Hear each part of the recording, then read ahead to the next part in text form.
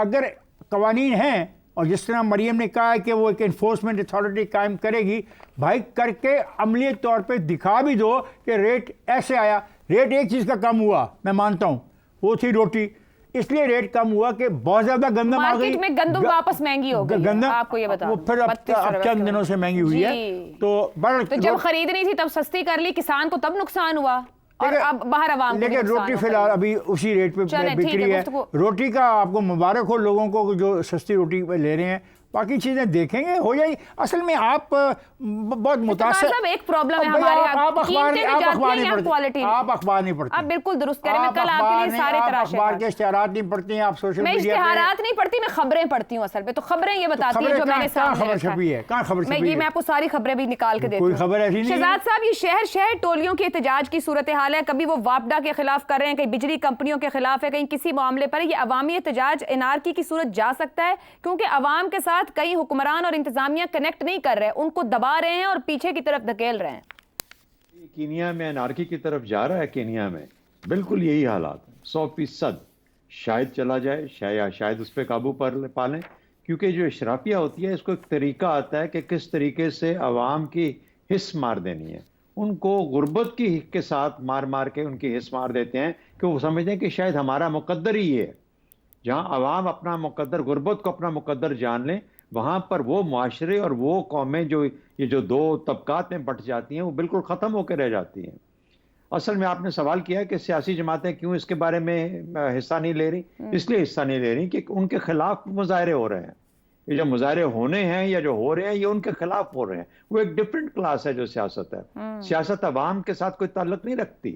سیاست کا تعلق اشرافیہ کے ساتھ ہے. سیاسی جماعتوں کا تعلق اشرافیہ کے ساتھ ہے. اور اشرافیہ نے اس ملک کی جو ریاست ہے اور جو وسائل ہیں، ریاست پہ اور وسائل پہ اشرافیہ نے قبضہ کر لیا ہوا ہے. اسے کہتے ہیں اشرافیہ کا کیپچر، ایلیٹ کیپچر. وہ پکڑ کر لے لیا، یہ ان کے قبضے میں چلا گیا. عوام کا نہیں، نہ ریاست ہے نہ عوام کے پاس وسائل ہے. اس لیے یہ آپ کو تفریق نظر آتی ہے. یہ سب سے خطرناک ترین. کیا بجلی کا بل وہ چنگاری ثابت ہوگا کہ جو اس کو خاکستر کر دے گا؟ لیکن پاکستان کے اندر اس اشرافیہ کو پتہ نہیں کس طریقے سے سیدھے رستے پہ لانا ہے. باقی ملکوں نے کیا کیا، سوچنے کی بات، سمجھنے کی بات ہے. لی کوان یو نے اپنے طور پہ ایک گورننس کو بہتر کر کے سنگاپور کو ایک شکل دی. جو ایم بی ایس کر رہا ہے وہاں پہ اس قسم کے خطرات ہیں مختلف طرح کے.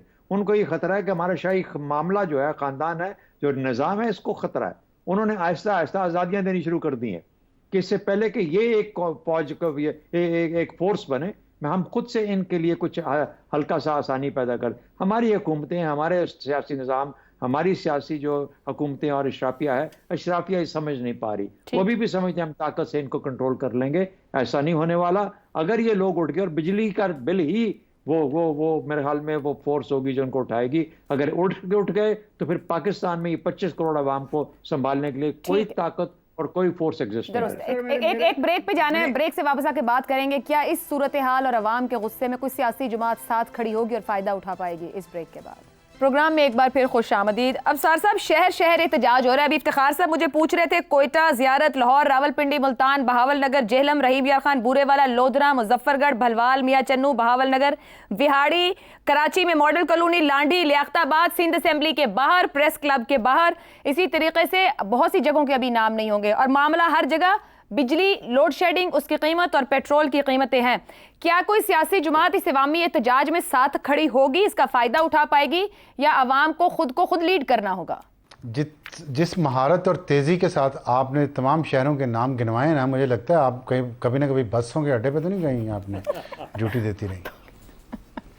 قسم سے مجھے ایسے لگا. ٹائم کی کمی ہے تو میں نے کہا کہ ان سب جگہوں کو بجلی کے بل جلائے گئے ہیں، بجلی کی قیمتوں میں کمی کے مطالبے. جی، کوئی اتنی مشکل میں کوئی تھوڑی سی لائٹ گفتگو بھی کرنی چاہیے. کیونکہ بات یہ ہے کہ یہ سیاسی جماعتوں کو میں اور آپ آئیں مل کے کریں آہوزاریاں، ان کو بیش کر لیتے ہیں.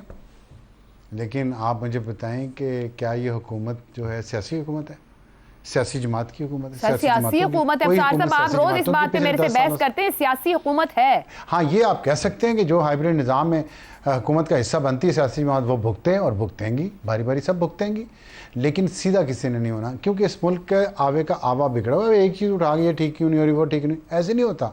ہماری یہ ڈائریکشن ٹھیک نہیں ہے. ہم الٹا کے ڈال دیتے ہیں سیاسی جماعتوں پہ. سیاسی جماعتیں تو چلو بری ہوئیں, اور اچھا ہے کون بتا دیں, آپ بتا دیں. میں بات جو کروں گا میں سولوشن بتا سکتا ہوں. میں سولوشن تو ٹھیک کریں, 25 ایئر ٹکٹ تھے سال کے 30 ایئر ٹکٹ کر دو. پہلے ٹکٹ ویسٹ ہوتا تھا, اب آپ اگلے سال بھی استعمال کریں. 10 روپے کلومیٹر کے تھے 25 روپے. آپ کی بات مانتا ہوں.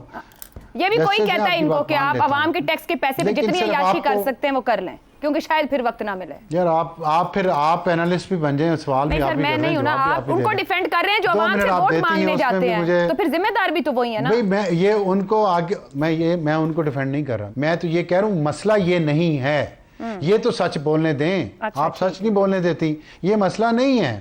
آپ کو پتہ ہے کتنے لوگوں کو ترقیاں دی گئی ہیں پچھلے کچھ سالوں میں, صرف اس لیے کہ وہ سفارشی تھے, رشتہ دار تھے, رشتہ داروں کے رشتہ دار تھے, اور ان سب کا سینکڑوں میں ہے تعداد ان کی جن کی ضرورت ہی نہیں تھی, اور اس کا بوجھ خزانے پہ کتنا پڑا ہے, اور وہ وہاں پہ فنڈ کٹا بھی نہیں. تو کیا کروں میں اس بات کا, کہاں جواب, کس سے لوں جواب؟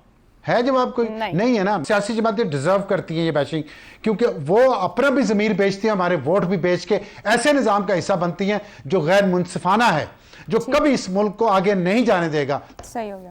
زیغم صاحب, کیا کوئی بھی عوامی جماعت یا سیاسی جماعت اس صورتحال میں عوام کے ساتھ جائے گی, اسٹریٹ پاور گین کرے گی؟ جماعت اسلامی کی طرف سے ایک کال دے دی گئی ہے کہ ہم بیٹھ رہے ہیں اور ہمارے اٹھنے کا پتہ نہیں ہے, یا بے سود رہے گا یہاں سب؟ جی, منی بھولی بھالی پیاری پیاری سیاسی جماعتیں اور سیاستدان حصہ ہے اس اشرافیہ کا جو پاکستان کو چلا رہی ہے, اور سب کے سب کرونی کیپٹلسٹ ہیں. ذرا ایم این ایز کی ٹیکس ڈائریکٹری تو نکال کر دیکھیں, ٹیکس کتنا دیتے ہیں. یہ شوگر ملیں کس نے لگائی ہیں اپنی طاقت کو استعمال کرتے ہوئے, کس نے بانٹی ہیں اور زراعت کو اور صنعت کو برباد کر کے رکھ دیا ہے. پچھلے سال ٹریڈرز نے 11 بلین ٹیکس دیا, تنخواہ داروں نے 264 بلین ٹیکس دیا. مسئلہ یہ ہے کہ اشرافیہ کے تمام حصے ریسپانسبل ہیں, لیکن جو عوامی نمائندے ہیں وہ اکاؤنٹیبل ہیں. دوسرے حصوں کو بھی انہوں نے اکاؤنٹیبل بنانا ہے, سسٹم کو بھی انہوں نے بدلنا ہے. وہ اس سسٹم کے پاوے ہیں کیونکہ سسٹم سے مفادات اٹھاتے ہیں. ایک چونی کا بندہ سیاستدان بنتا ہے, کھرب پتی ہو جاتا ہے. ان حالات میں 55 کروڑ خود کو کس نے بانٹے ہیں؟ ان کے اپنے معاملات ہوں گے. عوام کا نمائندہ کون ہے جو خود کو 55 کروڑ روپیہ بانٹ رہا ہے, سینکڑوں ارب روپیہ بانٹ رہا ہے؟ میں نے آپ سے عرض کیا تھا ذرا پوچھے نا ڈپٹی کمشنر سے کہ اس میں حصہ کتنا ہے ہمارے بھولے بھالے منو چنو نمائندے کا. حضور کیوں قانون سازیاں کر رہے ہیں جس میں اپنی طاقت ختم کرتے ہیں, جمہوریت کی طاقت ختم کرتے ہیں, ہمیں ان کے آگے لٹا دیتے ہیں؟ کون کر رہا ہے یہ؟ گفتگو کو کنکلوڈ کرتے ہیں, عوامی نمائندے ہی قوانین بناتے ہیں, ریفارمز لاتے ہیں, اور پھر اس قانون کو مؤثر طور پر امپلیمنٹ کروانے کے ذمہ دار بھی ہیں. آج کے پروگرام سے اتنا ہی, اجازت دیجیے, اللہ حافظ.